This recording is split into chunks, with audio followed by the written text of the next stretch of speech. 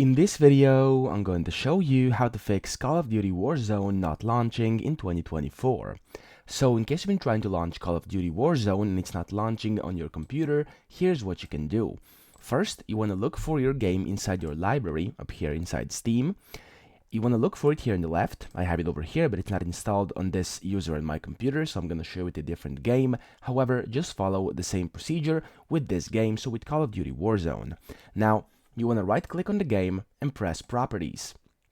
In here, you want to go to Installed Files, and then what you want to do is first press Verify Integrity of Game Files.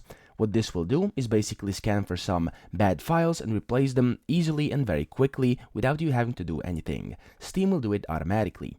Now, if that didn't work, what you want to do is press Browse up here, and then this folder will pop up. Inside here, you want to find the exe file, so the game itself, where you would run the game. So for me, this is for Once Human, but for you, it will say COD or Call of Duty or Warzone and wherever it does. So just find this file that basically opens up the game once you double click it. You want to right click it and press Properties. In here, go inside Compatibility and make sure everything over here is turned off. So this is turned off, this, all of this has to be turned off. Don't make anything turned on. So don't leave any check marks, just leave it blank, okay? Once you've turned everything off, press OK and then apply, okay? Or apply and OK together, it doesn't matter. Once you do this, try running up your Call of Duty. Now, if this didn't fix your issue, what you can try doing, and what I've seen worked for other people, is that you basically create a new user account on your computer, okay?